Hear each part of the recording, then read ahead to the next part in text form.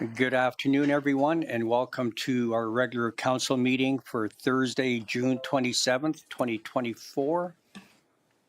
I'll call the meeting to order at 5 p.m. First item on the agenda, land acknowledgement.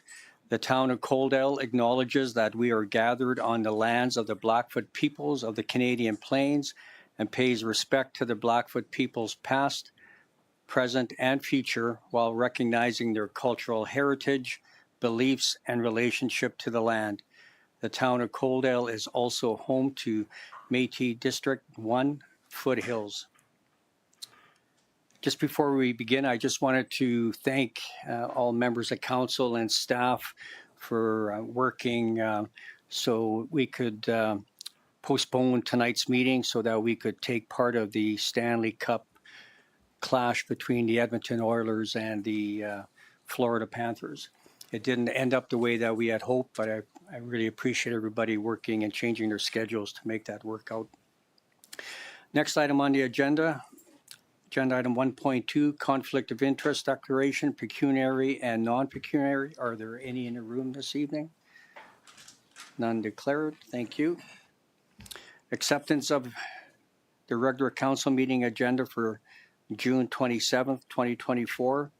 Are there any additions or deletions?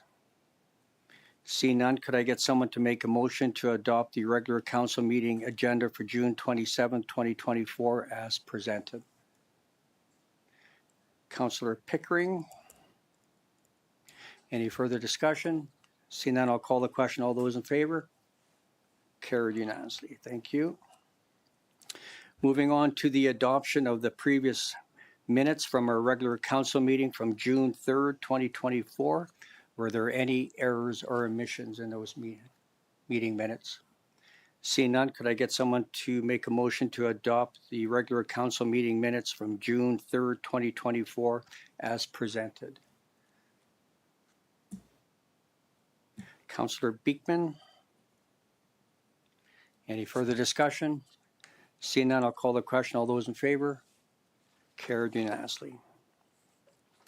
So we're just going to jump ahead on the agenda to agenda item 8.1. We have the swearing in of Deputy Mayor Bill Chapman, and we have with us this afternoon Sergeant Sean Dutch will be performing the ceremony.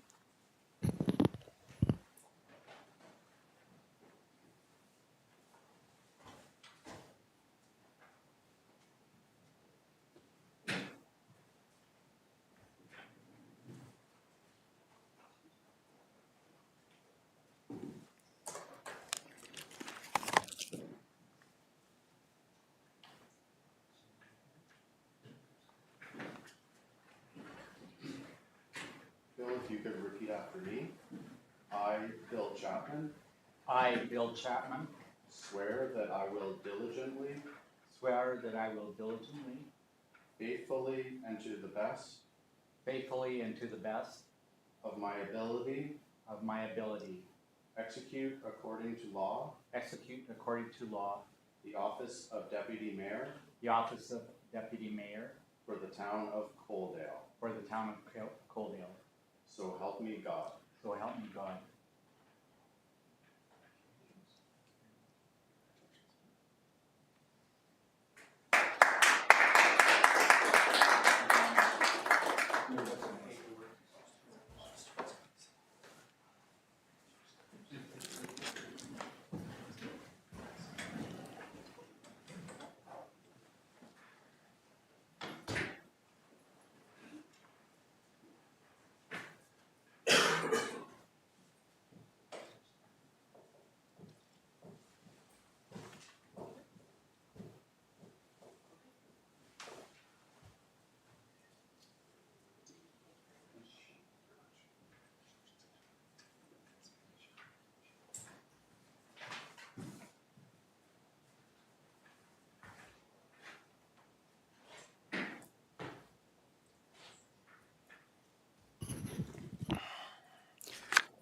Congratulations, Deputy Mayor Chapman. Moving back to the agenda, under business arising from the minutes, we have the Southern Alberta Summer Games update, and we have our Southern Alberta Summer Games coordinator, Mark McIntosh, along with our community experience manager, Clayton Varjassy, presenting on or giving us an update. Gentlemen, once you're settled in, the floor is yours.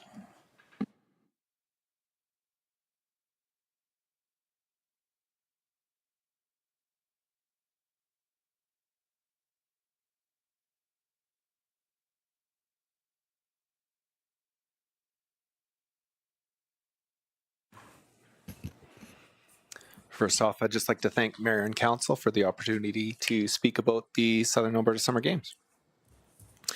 All right, I'm going to start with just the dates and some information about the background of the Southern Alberta Summer Games. They are starting next week, and it will be a 4-day event, Wednesday, Thursday, Friday, and Saturday, July 3rd to 6th. Each of these days will feature different sports, and they are all-day events each of those days. The Southern Alberta Summer Games will bring athletes and coaches from 13 regions within Southern Alberta. These 13 regions on this map represent the games. So we are part of the Lethbridge County team, and City of Lethbridge is its own region. Then there's the Municipal District of Tabor, the District of Willow Creek, District of Pincher Creek, Crow's Nest Pass, Cardston County, County of Warner, County of 40 Mile, Cypress County, the City of Medicine Hat, County of Newell, and Vulcan County. Okay. At last check, our count for registration. So from all those 13 regions, the last I checked was 1721. I did another check today, and we're at about 1798, I believe was the total for all athletes. And many of those athletes will just be competing in one sport, but they have the option in also competing in up to 3 different sporting events. From our region, we have, last checked today, was actually 385 from Lethbridge County.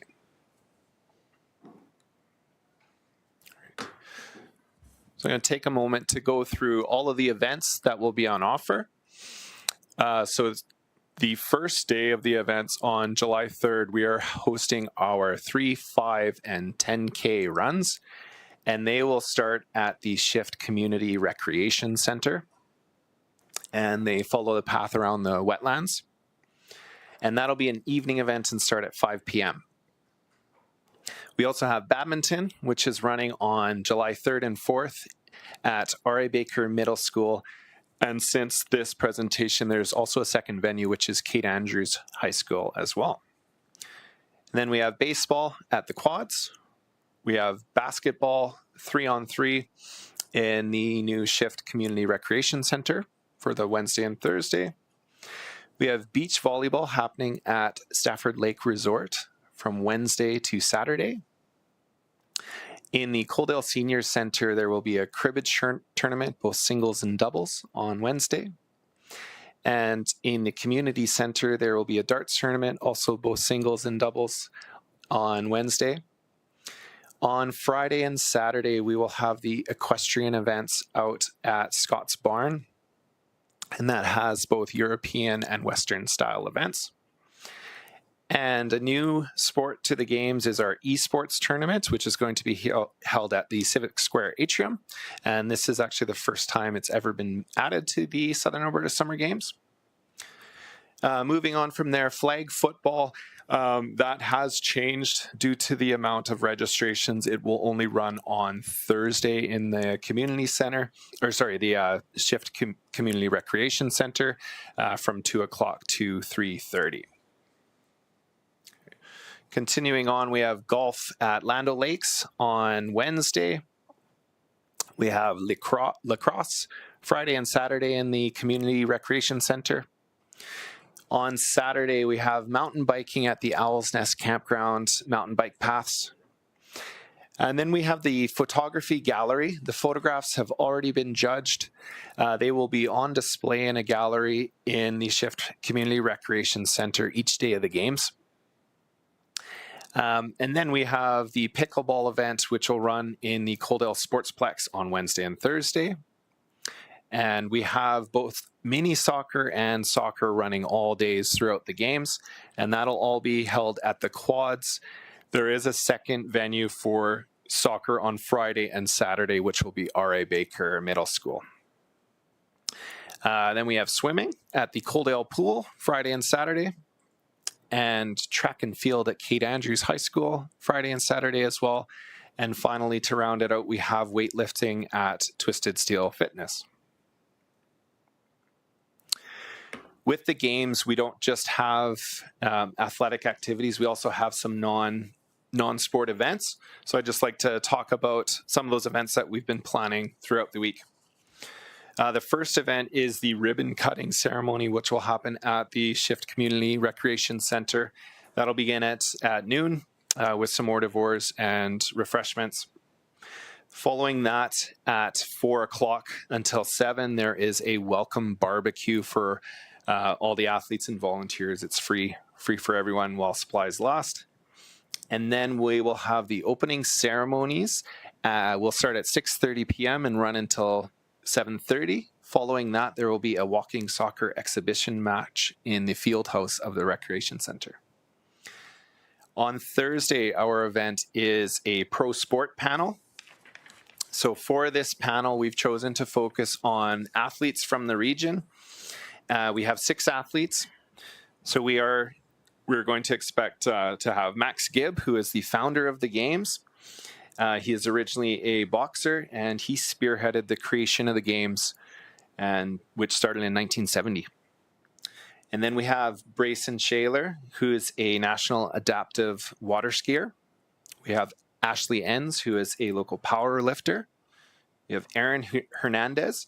He is our track and field chairperson for the games, and he is a track and field triple jump athlete and also a coach. And we have Ryan Rosnowski, who is a Special Olympic swimmer, and he is also planning to compete in the games. And then finally, we have Chad Chiefmoon, who is representing the sport of lacrosse as a coach. And our moderator for the sport panel will be Wayne Street. All right, moving on to just throughout the games, we have our Domesticated Divas Market. On the first day, they will be located at the Shift Community Recreation Center. And then for the remainder of the week, they will be in the community center. We also have the Alberta Sports Hall of Fame. There's a representative from the Hall of Fame coming to set up a booth in the Recreation Center all throughout the games. So an exhibit of sport history artifacts. And then we have on Friday is our big concert event, which is free to all attendees. And that is it's at the Stafford Lake Resort, and it is a multi-genre showdown concert. So we have 5 bands booked for that concert. We have Jolene Draper and the Inquisitive Few, who's a funk and dancey rock originals and covers. And we have Taylor Ackerman's Global Acid Reset, which is a wicked blues band. We have Javier Escuela, his hip hop and rap artist. We have 21st Avenue, who's an alternative rock group who also won the Battle of the Bands at last year's Summerfest. And then we have Good Time Charlie, who is a classic rock band. Moving on to Saturday, we have a pancake breakfast, which will be hosted by the Coaldale Food Market, the Coaldale Food Bank. And that will be a breakfast by donation. And then on Saturday as well, we have a DJ celebration set up for the Owl's Nest Campground for when the mountain bike activities are running. Finally, we will finish off with the closing ceremonies. We're probably going to switch that venue to the town atrium here. All right, on to our sponsors. I am going to list them all because I'm very appreciative on the support we've gotten from the community. So starting with our presenting level sponsors, We have the town of Coaldale and Lethbridge County as hosts. We have the Southern Alberta Recreation Association as the governing body of the games. And then our other sponsors in that category, the Coaldale 5K Family Fun Run, Porter Tanner Associates Incorporated, Kinsman Club of Coaldale, Coaldale Chamber of Commerce, McCain's, Dennis Dirtworks. And then moving to our gold sponsorships, we have Lethbridge School Division, who is borrowing us all of the equipment we need to run our esports event. We have the Coaldale Community Wellness Association, the Sunny South News, and Nika Yuko Japanese Garden. For silver, we have the Coaldale Pet Clinic, Twisted Steel Fitness, Fortis Alberta, Connect Club of Coaldale, Sandman Hotel Group, Stop and Go, Scott's Barn Equestrian, Service Credit Union, Domesticated Divas, Coaldale Food Market, Alberta Esports Association, ATCO, Superior Water Hauling and Septic, Adora Kitchens and Cabinetry, MNP, CV Benefits, Bethel Windows and Doors, Veldman Masonry, Coaldale Pharmasave, Mountain View Precast, Fully Promoted, and Buster's Pizza and Donair. In the bronze category, we have KFC and Total Office Plus. And finally, in the friends category, we have Gen Manufacturing Limited, Thrive Collective, who will also be doing massage by donation during the games. We have Cam Air Refrigeration and Heating, The Chopped Leaf, Real Estate Center Coaldale, and County of Lethbridge Community Learning Council. On top of that, I would also like to thank Palliser Regional School Division for allowing us to use their facilities at R.A. Baker and Kate Andrews, and also to St. John's Ambulance, who is going to support us with first aid throughout the games. It's just a couple notes on facility preparations for the summer games. So at the Shift Community Recreation Center, the center is now complete. There was a soft opening on June 17th. The ribbon cutting, as mentioned, will be on July 3rd, starting at noon. And then Twisted Steel Fitness is also hosting the weightlifting competition on the Friday. At the Coaldale Pool, we have a lot of updates. There are new swim blocks installed. There are lane ropes, backstroke flags, false start rope. It has been surveyed and sanctioned for swim meets, and there is an introduction to a swim club that has started in Coaldale. Kate Andrews and R.A. Baker, we're doing ongoing maintenance on the track at Kate Andrews High School for the track and field, and both gymnasiums have been booked for both badminton and track and field. On the quads, we have ongoing field and diamond maintenance, and there's also being a new signage being installed for the map. Stafford Lake Resort, we have gotten 2 new beach volleyball courts construction that are legacy items, so they'll be remaining there. They're not temporary. And at Coaldale Sportsplex, the arena floor is going to be prepared with a temporary coating for pickleball players for safety. And then there's going to be temporary lines tapped for the pickleball courts. Finally, at the Civic Square Atrium, esports equipment will be set up and supported by the Lethbridge School District.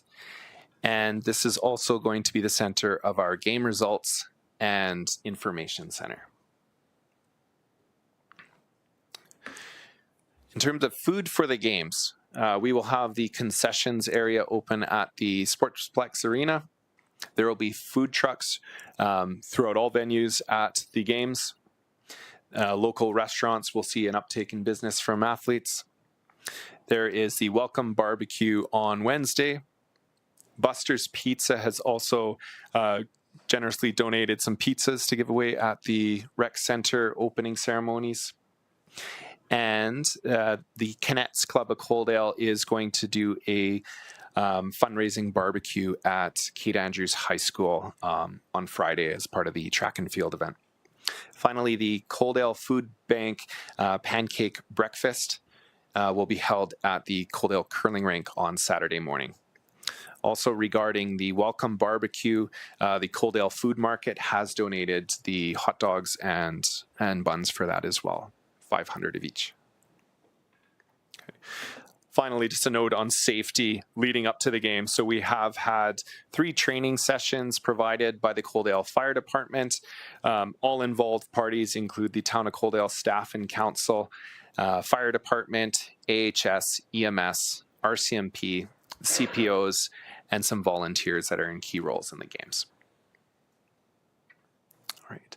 And with that, I'd like to pass it towards council for any questions that you may have about the Southern Alberta Summer Games. Thank you, Mark. I'll open it up to members of council for any questions, comments. Councillor Reese. Thank you, Mayor Van Rijn. Through to Mark. I'm just curious, so is there a website available for spectators or individuals that want to attend any events so that they can find out the time or location of certain things? Yeah, so as to Councillor Reese's question, there is a website. It is Southern Alberta Summer Games.ca, and there on that website are information about local restaurants. There's information about all the sport rules. The schedules are starting to be posted there as well. Most of them are up there. There's a couple remaining to be posted this week. So all the individual sports schedules have the exact times for those sporting events. And if you're an athlete, you can go there, check your time. If you're a spectator, you can get an idea of which events you're interested in watching and what times they're going to run. Thank you. And is that link provided on the Town of Coaldale? It is on the Town of Coaldale website as well. Thank you. Thank you. Any other questions, comments? Or Deputy Mayor Chapman.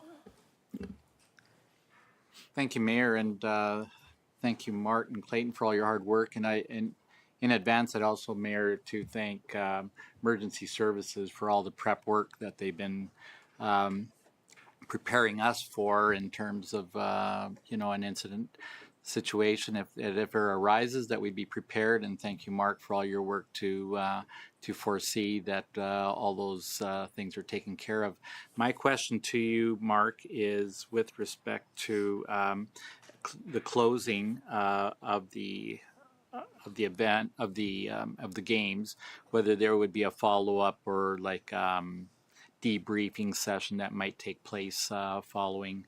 And second to that would be, would there be any other opportunity for some of these games where they're being hosted here in Coaldale might become a reality, a real part of our community?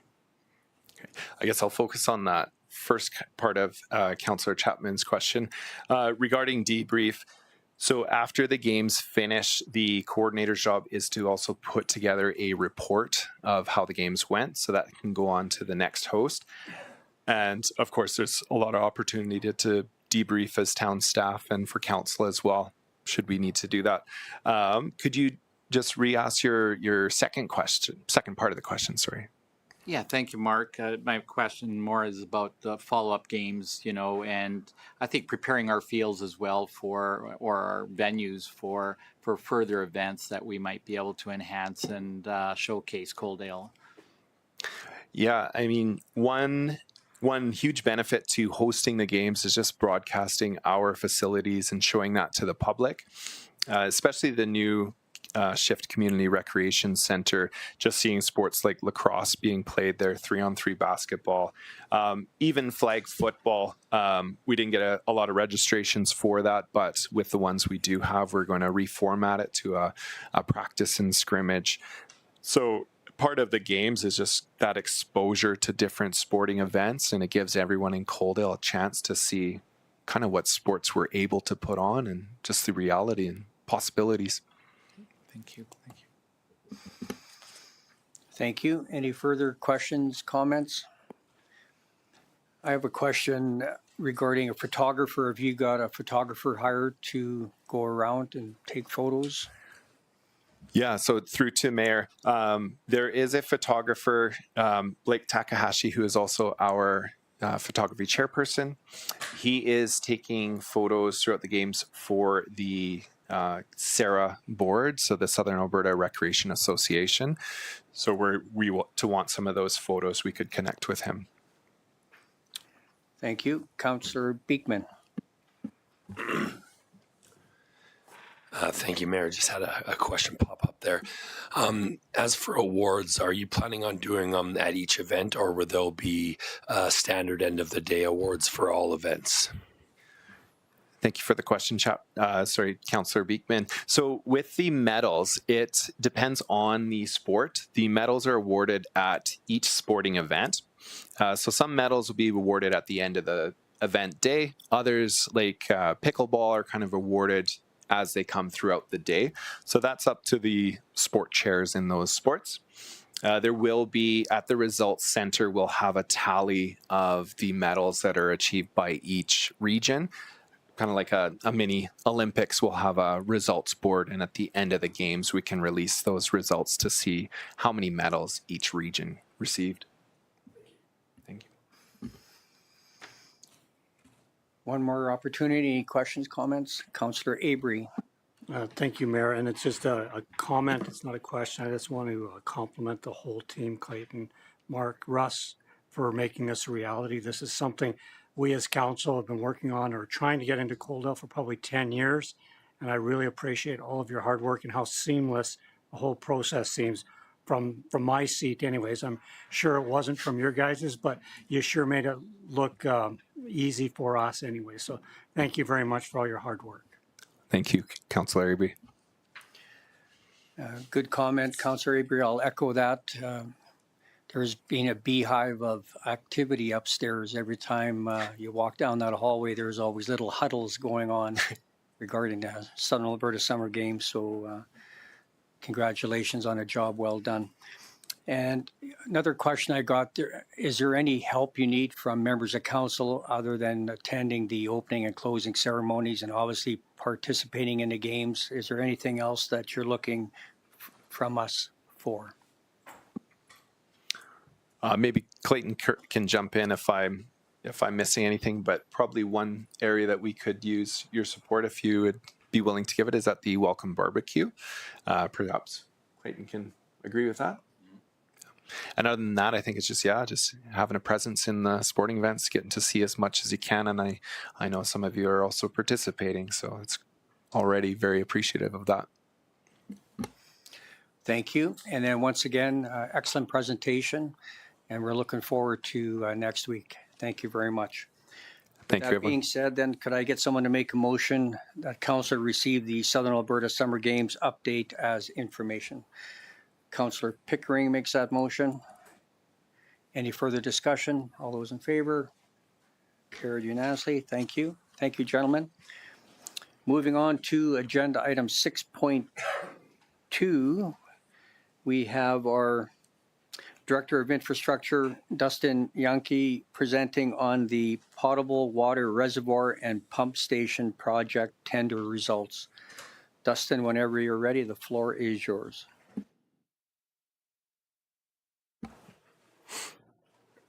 Thank you, Mayor. Good evening, Council. The intent of this staff report is to give Council an update on the tender results for the Potable Water Reservoir and Pump Station project.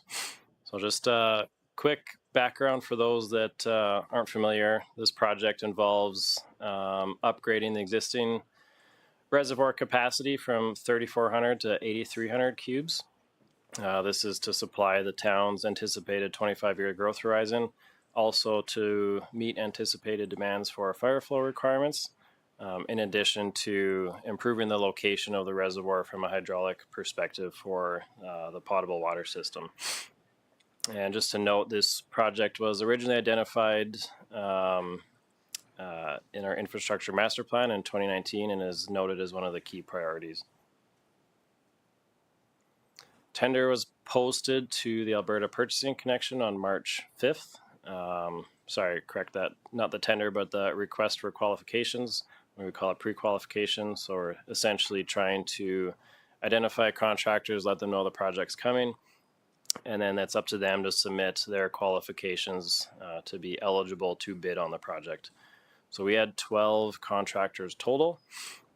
From there, they received the bid package on May 9th. We gave them a month to review the package. In the end, we received 10 bids with prices ranging from $11,331,000 to $16,758,000.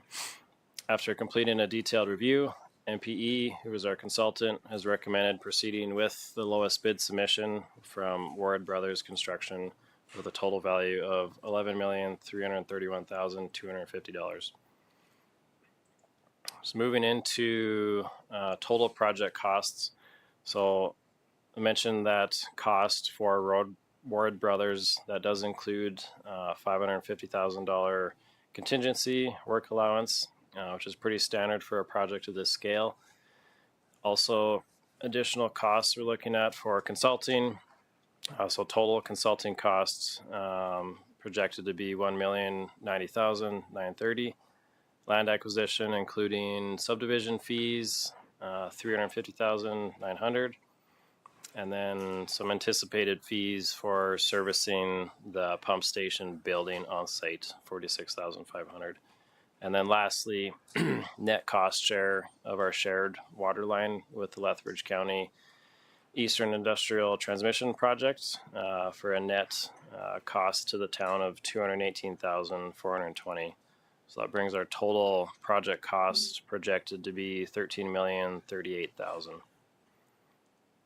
So moving into budget, just a reminder, back in fall of 23, when this was originally brought forth for budget, we had set a value of 11.1 million with the funding sources noted on the screen there.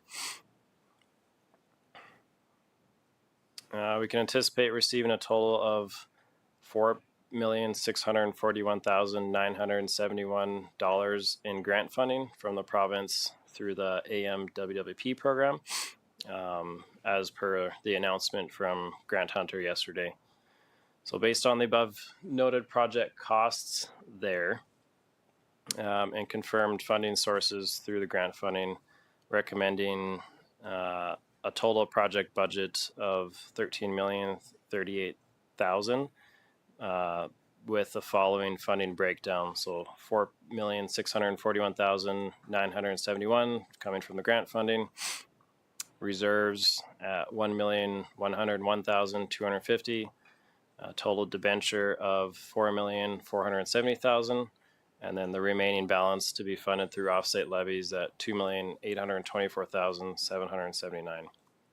Just a note, given that interest rates are forecasted to be lower going into 2025, recommending relying on offset levies to bridge the funding gap for this project, as opposed to increasing the size of the debenture.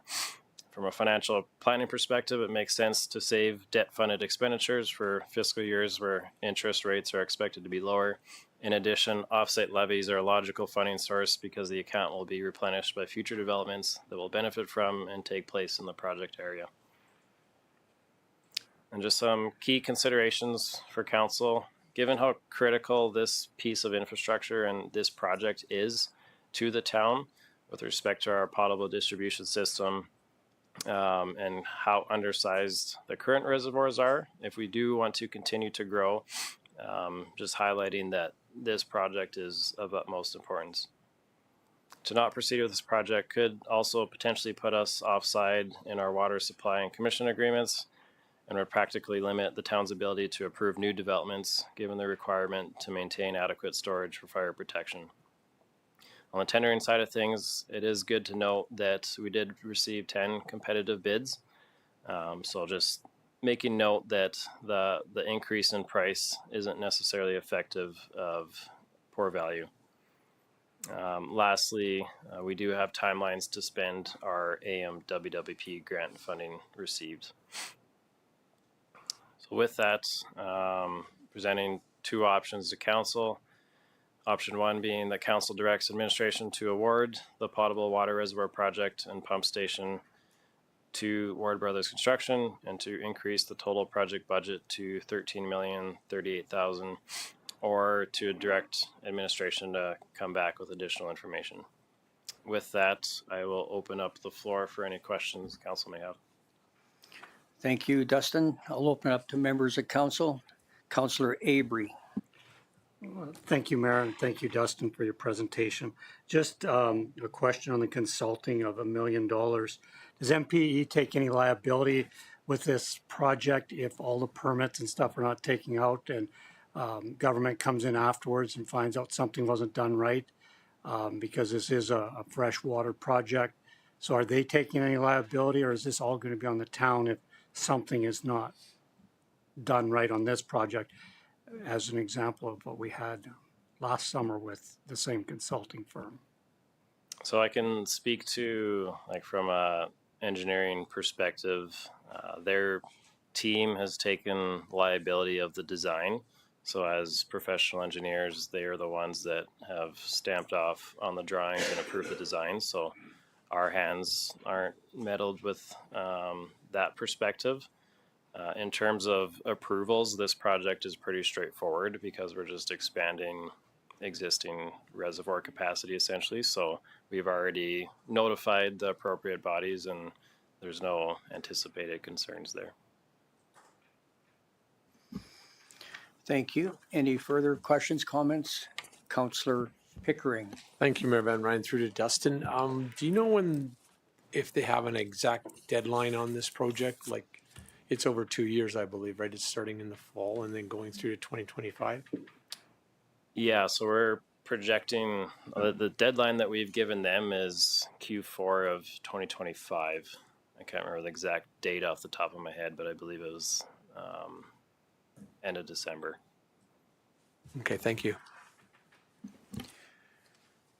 Question that I have for you, Dustin, is if you can explain the tendering process. So back in the day, everybody would meet in the room and open envelopes. How does it work now in 2024? So from a legal perspective, we have to post an advertisement to Alberta Purchasing Connection. So that advertisement is public. Everyone has access to it.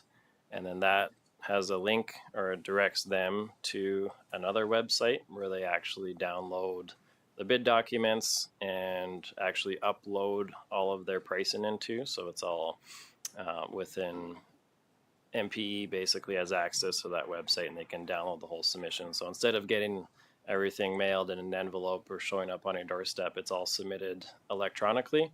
So it takes out all of the errors that we used to have or find when contractors don't add things up perfectly. So now everything is calculated digitally and the entire submission is through an electronic portal. And then MPE has all that information and then shares it with you, or are you part of the initial when it's released? They share it with us, but it's pretty much instantaneous. Okay, thank you. Any further questions? Deputy Mayor Chapman. Yeah, thank you, Mayor, and through to Dustin. And thank you so much for this report. And of course, I want to applaud you and your administration for your long-term focus. And I appreciate the fact that you looked at had a 25-year horizon for growth in the town of Coaldale. And that's so important because I think we can be short-sighted. And we've found other places where there have been short-sightedness and obviously shortcomings because people were not willing to put some more diligent dollars to where they needed to be. So I appreciate where you're going with this direction. And my only other question to you is that this potable water, this reservoir, will be exclusively for the town of Coaldale. We won't be using other or selling water to other sources. Could I just get a refreshment on that? Yeah, This question just came up in my mind now, so it's not something I was briefed on earlier. yeah. No, it will be solely for the town of Coaldale. I can't speak to future arrangements. Anything's possible, I think, if there was an agreement struck, but essentially they will serve solely the town of Coaldale. Oh, I do have one more question.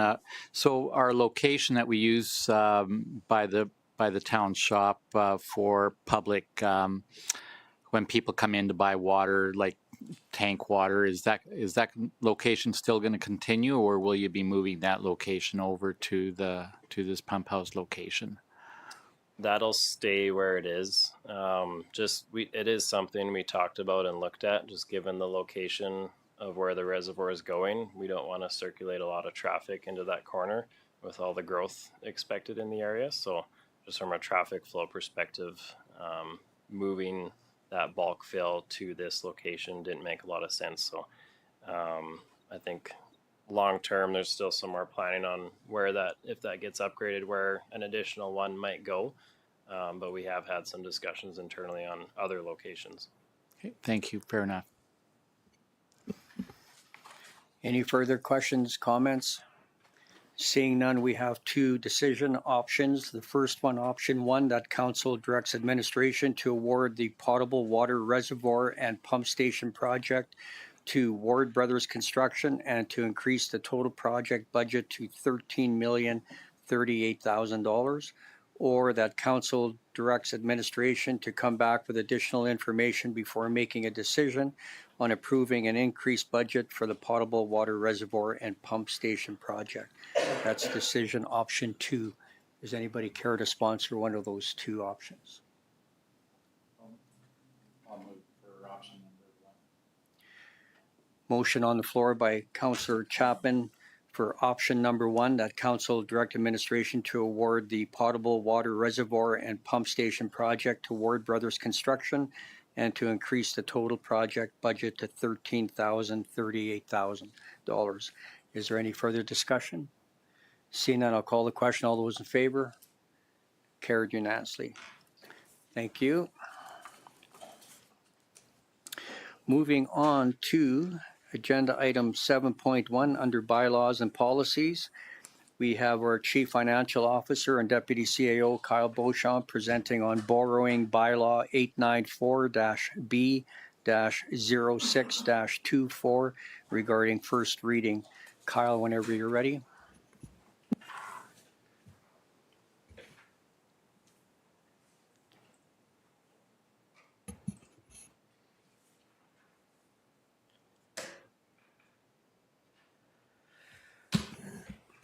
Okay, thanks and good evening, Council.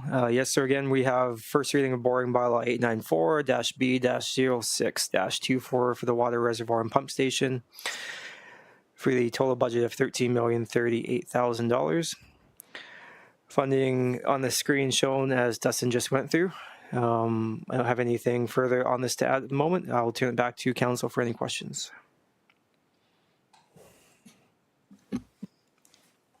Thank you. I'll open up to members of council. Any questions, comments for our presenter? Councillor Avery. Thank you, Mayor. Just curious, Kyle, is this something that we're going to take out right away, or we're going to wait and use what we have to pay on the project with reserves first, hoping interest rates will go down, or is it something you're going to get now? Yeah, ideally what we do is we would use our line of credit that we have available to us as kind of bridge financing for the project. So the line of credit we would dip into during the construction phase to help fund that. And then once you get closer to the end of the project, and if it, say, comes in under budget or if interest rates are lower, as we expect in the future, then what we do is we would take a debenture to essentially pay off that line of credit. So you're paying somewhat higher interest over the construction period of it because that line of credit is at higher interest, but you're not locked into that for extended period of 15 years. So we do have that line of credit available to the town of Coaldale, to which council put the caveat that essentially need to come back asking for permission to use it. So that'll most likely happen with this project. Thank you. Any further questions, comments? Deputy Mayor Chapman. Thank you, Mayor. Through to Kyle. Our debenture ceiling now is, as you state, $17,838,000. Is that correct? That's the current level of debt. So the ceiling is closer to 30 to 33 million. Okay, so we're safe then. Okay, thank you. Thank you. Any further questions, comments? Councillor Reese. Thank you, Mayor Van Rijn. I'll make a motion that council provide first reading for borrowing bylaw 894-B-06-24 water reservoir. Thank you. There's a motion on the floor by Councillor Reese. Is there any further discussion? Seeing, I'll call the question. All those in favor? Carried unanimously. Thank you. Thank you, Kyle.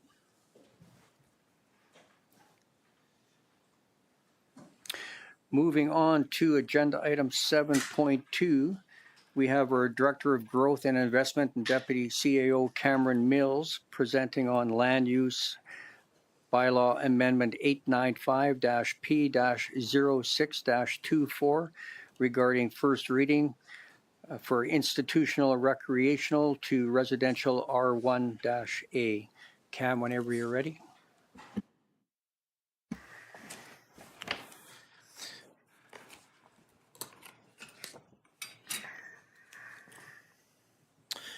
Thank you, Mayor Van Rijn. So the bylaw before council today is a proposal to rezone a portion of land from the institutional recreational zoning to the R1, so the residential R1A zoning.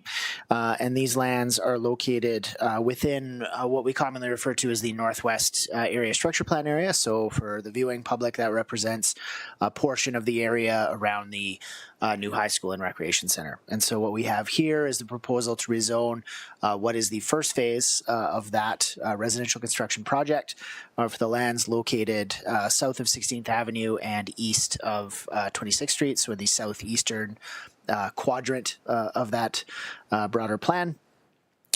First reading of the bylaw is being presented in lockstep with presentation of the outline plan guiding development of the area. So the outline plan will be coming. An outline plan is something that is presented for consideration or adoption simply by resolution rather than by bylaw. And so we'll be the consultants for the developer are simply in the stages of finalizing some of the technical details of that plan, working closely with our engineering team. And we look forward to presenting that to council and the general public at the upcoming July 15th meeting of council.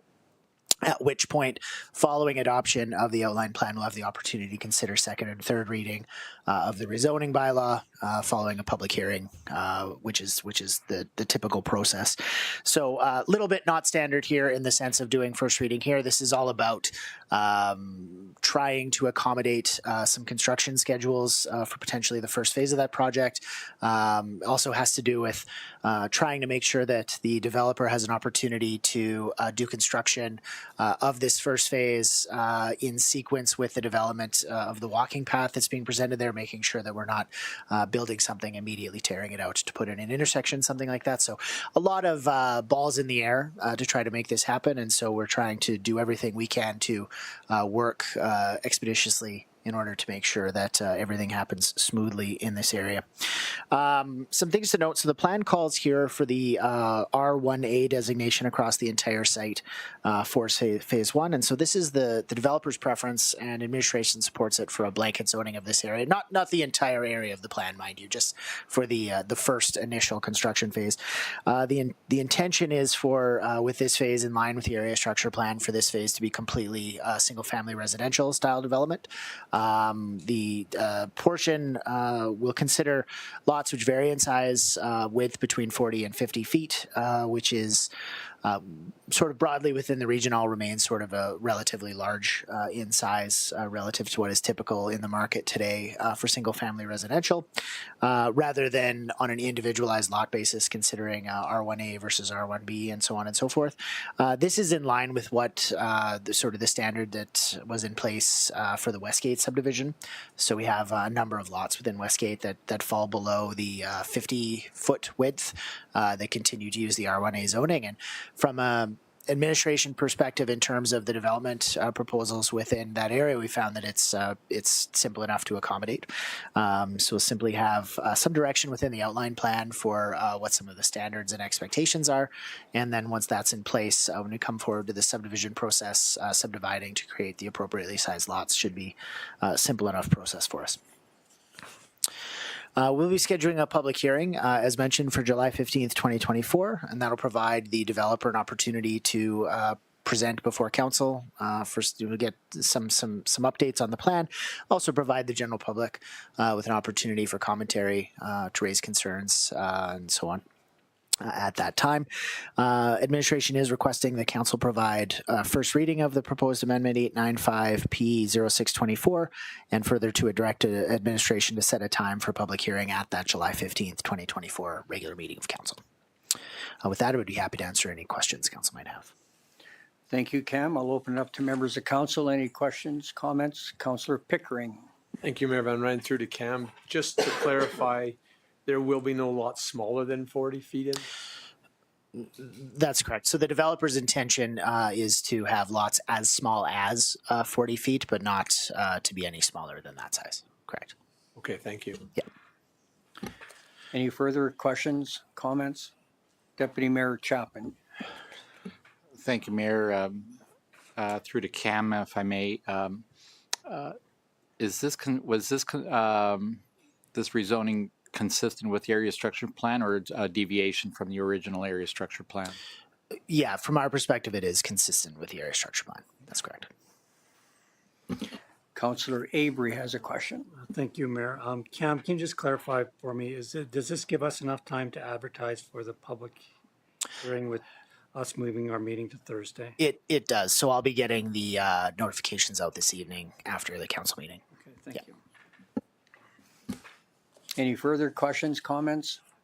See none, could I get someone to entertain making a motion to approve first reading of Land Use Bylaw Amendment 895-P-06-24 and set a public hearing for July 15th, 2024? Councillor Saylor makes that motion. Any further discussion? Seeing none, I'll call a question. All those in favor? Carried unanimously. Thank you.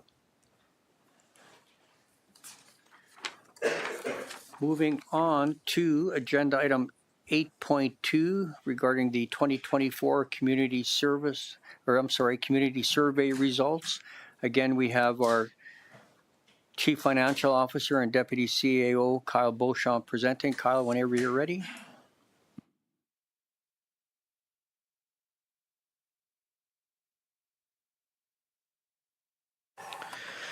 Okay, and thanks and good evening again. So back in March of 2024, the town of Coaldale launched the community survey for 3 weeks as part of a research project. So just a little history on how this was sent out. So a paper invitation to complete the survey was mailed out to each household in the town of Coaldale. Approximately 3,200 were mailed out. Access to the survey was made available only through a QR code on the invitation. We did have approximately 20 residents reach out by means who requested other alternatives to complete the survey, to which an email link was provided to them. The survey was open from March 14th to April 3rd and was completed online with the exception of a couple, 2 paper surveys that were received. The survey wasn't advertised through any of the town's social media or other means. It was only mailed out as part of a direct invitation to each household, and this was done to comply with the standards of the experiment that was being performed. So the total responses were 497 households completed the survey at a completion rate of 15.58%. Just comparing this to previous engagement, if we use the household rate again, compared to the 2013 satisfaction survey, we received 70 responses. So we did receive almost 7 times more responses through this direct mail out method. There was also over 1/3 of households that completed the survey, started the survey. So this does leave a large portion of respondents who did open and attempt to start the survey, but did not complete it. Again, this was completed as part of a research experiment. So this was done in an attempt to increase public engagement with municipalities, as the town, like many of our other neighbors, had been struggling with low public engagement responses in the past. So some of the findings from this is that often the lack of engagement is due to a lack of awareness. We found that the direct mail out, which is a more costly option, was more preferred by the residents. And this was also consistent with what the residents had noted in the 2019 Town of Coaldale census. Ease of access to the survey also impacts completion rates. So while we did have some negative responses through the exclusive use of the QR code, I think their responses show for itself that the use of the QR code did help significantly increase responses overall. And finally, when targeting the town of Coaldale population as a general whole, there is no one-size-fits-all in how we are trying to target and market our community. So different age demographics and different household demographics will respond differently to each size of a survey. So when we do attempt to do these, definitely we did see a higher uptake by our adults and younger adults compared to our seniors as part of the completion. That wasn't done on intentional, but just kind of how the survey structure was completed.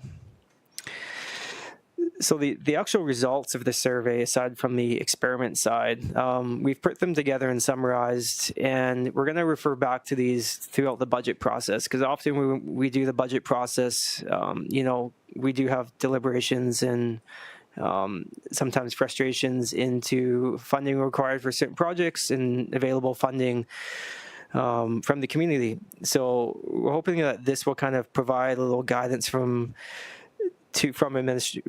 administration and for council as to what we've been told by the community as what they want to receive. So I'll just briefly go through this. You can see the majority of top responses for how residents would like to allocate their tax dollars. Public works and roads was the main one, followed by police and emergency protection at 18% as well. And this kind of leads into somewhat of a trend when we're looking at what projects or areas of importance that residents in Coaldale prefer. So we did ask the question to rank these various projects. So the expansion of the pool and the expansion of the arena, as well as maintenance to our road and our deep utility infrastructure, often are discussed and in the community and during budget. And the results from the community states that repairs to the road, sidewalks, and to our deep utility infrastructure were the majority favorites compared to the expansion of the pool and the ice arena. Not surprisingly, though, majority of residents would not support the tax increase to further fund these projects as well. So this ultimately means to, based on tax increases are required to fund a municipality, but perhaps when determining the importance of various projects, this is a method of how we can allocate tax dollars to different priorities of council, their strategic plan, and the community's preference. And kind of surprising me a little bit, the favorite amenities throughout the town. So the walking trails and parks and playgrounds were both the favorite there. So they received over 40% of the vote between the parks and the walking trails. And kind of getting on to another big question here. What we asked is, were you happy, neutral, disappointed, or did you not use these various services here? So looking at the graph here on the right-hand side, you'll see that roads and sidewalks had the highest percentage of residents who were unhappy with the service, followed by police protection, recreation facilities, and police protection, again, also high on the neutral as well. With fire and our waste collection and parks and playgrounds receiving the highest vote of residents that were happy with the services they were receiving. And again, when we're discussing public engagement and how to get this information out to the residents, we simply ask them how would they prefer to receive the information. And the town monthly news letter in the utility bill was ranked the highest. Viewing a council meeting was the lowest at 4% of the options available. Overall, though, satisfaction in the community was quite high, as a majority of residents either were selected a 4 or 5 on the rating scale for the overall quality of life that they perceived in the town of Coaldale, with 5 being high.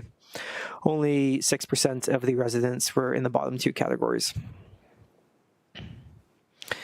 Next, we asked how likely it is that they will be moving out of the town within the next 5 years. And again, not to our surprise, majority of the residents said that they would not be moving out of Coaldale within the next 5 years. Recommended Coaldale as a place to live. Overwhelmingly, 95% said yes, and only 5% said no. And finally, it's just some age demographics and other information for the survey. So you see that the highest age completion of the survey was ages 30 to 49, which received just almost half percentage of the total respondents. Just as we...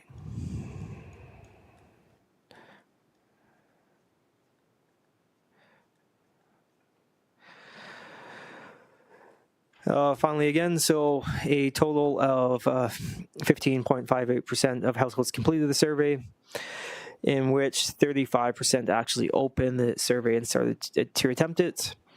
And when we're looking at our engagement efforts here, we can see at the bottom that you kind of have to get people's attention quickly in the process. 2/3 of respondents responded in the first week, with only 1/3 responding in the next 2 weeks as well. That being said, I'd be happy to turn this back over to council for any questions. Thank you, Kyle. So considering this is the first time you've tried something like this, what is your biggest takeaway or your biggest surprise by doing it in this format? I would say the biggest takeaway is that as far as targeting and reaching the community, the direct mail approach seems to be the best. And I say direct as directly to mail, but often we do put items in the newsletter as well. Those don't seem to get picked up as well because a lot of times people open their utility bill, what we find, and they simply don't look at what is in the newsletter. They just focus on their utility bill and will often throw that out. So for these, special events that we're trying to put on, or trying these engagements surveys, these simple direct mail out to each household appears to be the most effective. But again, it does have a higher cost as well, from cost to actually do that, as well as staff time to administer the survey. The research experiment did try to target different messaging to promote engagement based on what we perceived how people would respond. And it came back that people just kind of prefer the generic meat and potatoes approach rather than the targeted messaging that goes along to there isn't one size that fits all for our community. So the targeted approach did not work as well as the generic approach. But overall, getting 500 responses, we were very happy to get that response rate, just considering the previous engagement that we have received from the community as well. On the survey results, the thing that surprised me the most was just how much the community focused on roads, pathways, sidewalks, and the walking trails as their overwhelming favorite amenities in the town, as well as items that they would like to see for capital projects in the future. Thank you. Councillor Beekman has a question. Thank you, Mayor, and thank you for your presentation, Kyle. I too was surprised by some of the results there, some not so much, but a couple of those really made me stand up and do a double take. Just for future reference, because I still am confused as to what the answers on 12 to 18 are.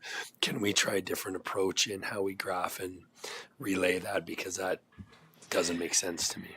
Yeah, that was, I agree. That was one area I kind of struggled to put this into the report because I think for a future survey, we'd have to structure those questions better because those were all written responses that we had asked. And when you get, hundreds of different written responses, trying to categorize those wasn't the easiest. So I definitely agree with your comment. And in the future, just going to have to structure that area a little better to fit that as well.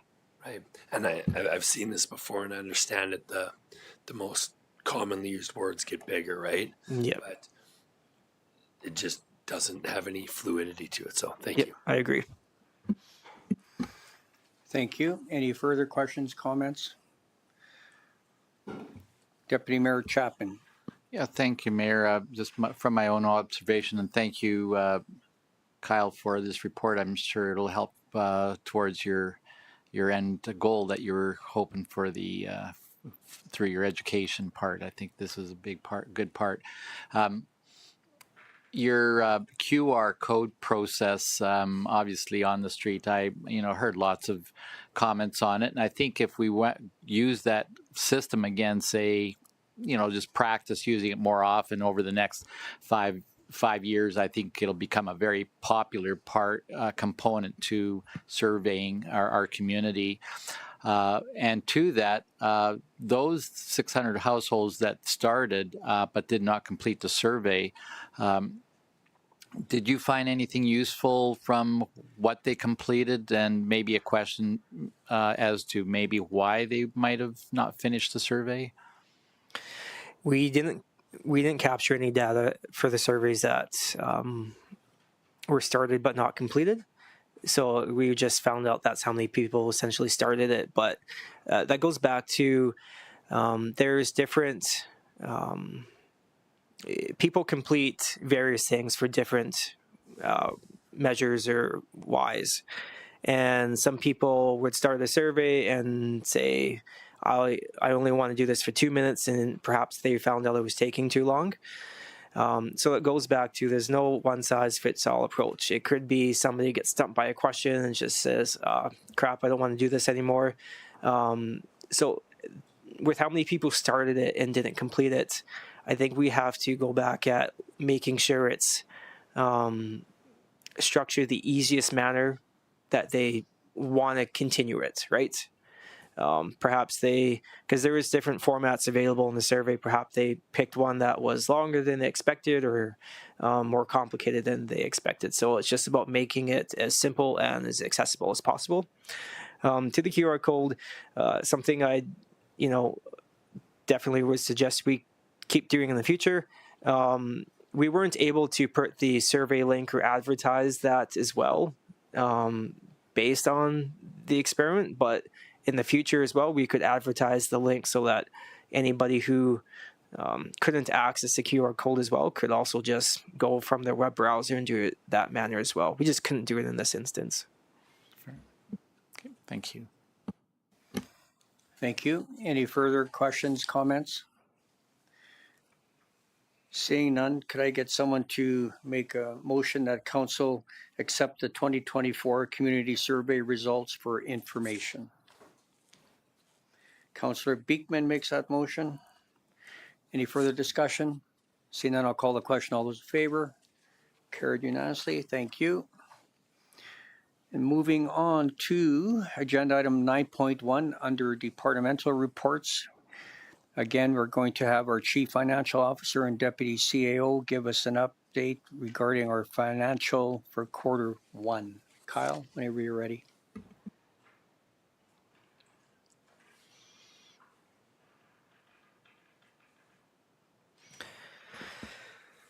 So this is to present council with the financial update as of March 31st, 2014. So this format is somewhat consistent with how we've presented these to council in the past on a quarterly basis for every 3 months. So we do have the operating budget and essentially the capital spending up to March 31st. So we're 3 months into the year, and 9 months left as of the date of this report. When we're looking at the budget remaining, we're somewhat looking for that 3 quarters left. So you can see total expenses are remaining of 78%. So that's fairly consistent with that 75% we're looking for budget. As far as revenues, not much of a surprise right there. Property tax, obviously nothing there because we don't collect that until May or June as well. So as far as this, there's no surprises or any big unexpected variances for administration to present to council, but we'd be happy to take any questions from this as well. And next, finally, kind of on the capital spending side. So we have the capital budget that council previously approved with the projects that have been started or near completion as well. So here, total actual capital costs for the first 3 months was $1.56 million. And the majority of these projects are still underway or are completed as well. So again, no surprises here that have not already been discussed to council. Obviously, the water reservoir of 11.1 is the old budget listed on the screen as well. But be happy to turn this back over to council and ask any questions if there are any. Thank you. I'll open it up to members of council. Questions, comments? Seeing none, could I get someone to make a motion regarding approving the March 31st, 2024 financial update as presented, or council can request further information from administration before proceeding? Anybody care? Councillor Saylor, which option? Councillor Saylor makes a motion to approve the March 31st, 2024 financial update as presented. Any further discussion? Seeing none, I'll call the question. All those in favor? Carried unanimously. Thank you.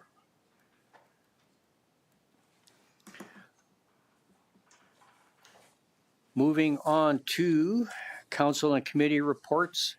I drew the short straw this month, so I'll be giving you an update on the link pathway. And our municipal clerk is just going to load a couple of slides for me here. So just a bit of update on what's been going on. I am happy to report, I actually drove out there this afternoon, and if you take the Gerald Road right by Vista Meadows, you'll see that sign that's currently on the screen. It's on the north side of Highway 512 or the Jail Road, and that is where the first phase of the link pathway is going to stop, and all the asphalt is complete. And they're just working on some landscaping, some finishing touches to go along with the new pathway. That's, as I just mentioned, Tallstrip finished that. It's a 3-meter wide pathway. So the slide up there now, the yellow shows the entire length, approximately 15 kilometers. And to work with the different landowners and the agreements, as you can see, it's not as the crow flies. It takes a specific route. And for now, if you go to the next slide, you'll see where it starts just west of Coaldale Nurseries and then follows the drainage canal up to Highway 512. Next slide. So if you look at the top right hand, you'll see it looks like a vehicle parked there. That's where we had the groundbreaking in 2023 for the project. And if we go to the next slide, Dennis Dirtworks has been phenomenal to work with as far as getting this project done. And one thing that they did with this pathway is they brought in and did some tests on the soil conditions. And with that being said, they decided that it was best to put the fabric down, and that would help with some issues that we've had with other pathways in southern Alberta, where eventually we get those large fissures that kind of travel and crack the pathway. So this should help mitigate those concerns. And next slide. That's the start of it, again, west of Coaldale Nurseries. Next slide. And there you can see the asphalt completed around the storm pond just west of Coaldale Nurseries. So on August the 8th, we're going to be having a ribbon cutting ceremony, and that'll take place from 11 a.m. to 1 p.m. with a barbecue. And we're going to have some, from what I understand, some live entertainment. We're going to have some speeches. And then for the ribbon cutting, we're going to invite members of the committee to cut the ribbon by riding their bikes through the ribbon. So I'll have to put some air in my tires to make that happen. So again, that's August the 8th. It's going to be in the exact same location. Next slide. There's some more work again from Tolstrup. And next slide. And that's slide, particular one there is regarding the Trans-Canada Trail. So the Link Pathway Committee has worked hard to be recognized under that jurisdiction, and we were approved, and that opened up some granting opportunities for us. We received a $75,000 grant from the Trans-Canada Trail Capital Grant program.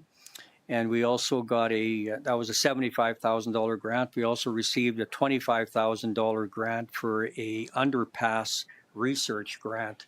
So the next step that's going to take place in July of 2025, we're going to be putting a concrete vault under the highway. So we received a $25,000 grant for the engineering for that. Again, from the Trans-Canada Trail grant funding stream, we received $8,500 to go towards signage. And then just most recently, the town of Coaldale granted the Link Pathway $8,000 to go towards a picnic shelter. So there's still some grants that are in play, and currently we're a little over halfway of our projections, and that is we're about sitting at $3.7 million that we've fundraised so far. And some of the items that we're trying to find sponsorships for are the underpass that I just talked about under Highway 512. That's for $250,000. We have one picnic shelter left, a naming right for that for $50,000. We had 3 bridges for $25,000 each. Those have all been sold. We have a total of 14 kilometer markers. If anybody wants to sponsor one of those for $10,000, we have 10 of those left. We had 3 bike repair stations at $5,000 each. Those have all been spoken for. And we have 20 active living sponsorships for $2,500 each. And for that, you get your name up. And then also what they do is they find someone that's going to receive a bike as part of that. And I'll just read here what that all entails here.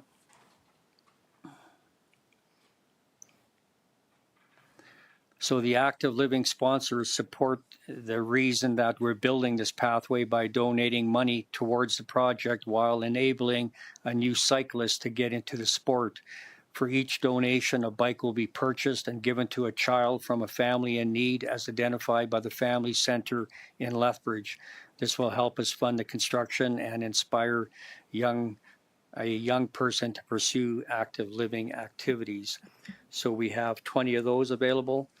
We have many picnic table sponsorships for $1,500 each. Bench sponsorships, we have over 10 of those at $1,000. And if you want to sponsor a tree, those are $200 each. And the last one is you can sponsor 1 meter of pathway. That's $100 a meter. And there's lots of meters in 15 kilometers, so I'll let you do the math on that. Something else that the Link Pathway started in April of this year was a marketing program. And some of the things that they've done is launched and completed a t-shirt design contest. And if you want to change the slide, that's more construction. There is part of the marketing program. If you look up on the screen, we have a committee that's going out to many events in Southern Alberta. They'll be coming to the Summerfest. My understanding is they'll be at the Summer Games as well. And they have a merch or swag table where you can buy different items. We have water bottles, t-shirts, hats, socks even. And the next slide, I believe, is one of the final t-shirt designs that went out for a contest. And if you look in the bottom left with the owl, that kind of shows the pathway with the birds of prey, and then it ends up at the Japanese gardens up on the top right. So it kind of shows the route of that. So as far as how we can help as a resident, as a member of council, is consider donating to this project. The town of Cole has already donated $100,000. And something else they're looking for, if you know of anybody that might be willing to donate, let me know and we'll reach out to them with our fundraising committee. We're looking for volunteers, anybody that wants to go to one of these community events and sit at a table, talk about the project, and helps sell some swag and make some money. Share the information. Where the town is already helping with letters of support for grant applications and organizing special fundraising, which I just mentioned. So is there a last slide? So that one again shows the grand opening or the ribbon cutting that'll be taking place on August the 8th that everybody's invited to, and our CAO will hopefully get some of our staff out there as well for that. And other than that, I'll open it up for any questions, comments.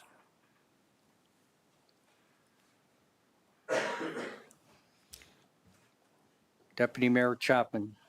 Thank you, Mayor, for your great report and update on the link pathway. I'm excited to see this really finally taking place and asphalt going where it is. My question to you, Mayor, is for prior donors who have donated in years past, is there any type of recognition for those donors? Yes, so there'll be a pavilion that's going to be built. It'll be over by where Alvin Fritz has his office, and then the Norland Center. It'll be just, my understanding is, will be just south of the Norland Center. And as part of that, there'll be a donor wall in that facility that will list all the donors that have contributed to the project, past and present. Any other questions? Seeing none, could I get someone to make a motion to receive the link pathway update as information? Deputy Mayor Chapman. All those in favor? Motion's carried. Thank you. Moving on to information items. 12.1, we have the FCSS report to municipalities counseling services for 2024. We have under agenda item 12.2, the Gem of the West Museum board meeting minutes for May 1st, 2024. And we have the Coaldale Chamber of Commerce board meeting minutes from May 1st under agenda item 12.3. And under agenda item 12.4, we have Southern Alberta Candidate Association committee meeting minutes from March 20th. And under agenda item 12.5, we have the Coaldale and Regional Pet and Animal Wellness Society meeting minutes from May the 8th. Are there any questions on any of those information items? If not, could I get someone to make a motion for agenda items 12.1, 12.2, 12.3, 12.4, and 12.5 to receive as information? Councillor Saylor makes that motion. Any further discussion? Seeing none, I'll call the question. All those in favor? Carried unanimously. Thank you. That concludes the open portion of the meeting. I will be requiring a motion at 6:24 p.m. that council move into closed session in accordance with section 197-4-B of the Municipal Government Act to discuss matters exempt from disclosure for items 13.1, 13.2, 13.3, and 13.4, subject to Section 16, business interests of a third party, and item 13.4, subject to Section 25, economic and other interests of a public body. Who cares to make that motion? Councillor Reese. Any further discussion? Seeing none, I'll call the question. All those in favor? Carried unanimously. Thank you. We shall take a 10-minute break.